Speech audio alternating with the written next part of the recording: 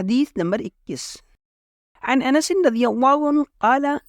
قلما خطبنا رسول اللہ صلی اللہ علیہ وسلم الا قال لا ایمان لمن لا امانۃ له ولا دین لمن لا عہد له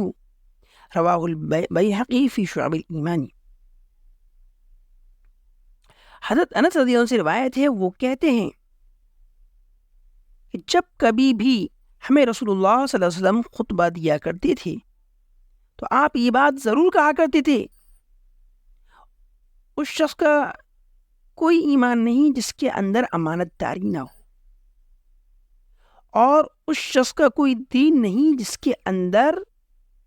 وفاداری نہ ہو، یعنی عہد کو پورا کرنا جس کے اندر نہ پایا جائے۔ اس حدیث سے پتہ چلا کہ مکمل مومن ہونے کے لیے، حقیقی مومن ہونے کے لیے ایمانداری کا ہونا ضروری ہے، اور کامل دیندار ہونے کے لیے وفاداری کا، عہد کو، وعدے کو پورا کرنے کی صفت کا ہونا ضروری ہے۔ اگر یہ نہیں ہے تو ہمارا دین مکمل نہیں ہے، ہمارا ایمانداری نہیں ہے تو ہمارا ایمان مکمل نہیں ہے۔ اس حدیث کو بیہقی نے شعب الایمان میں روایت کیا ہے۔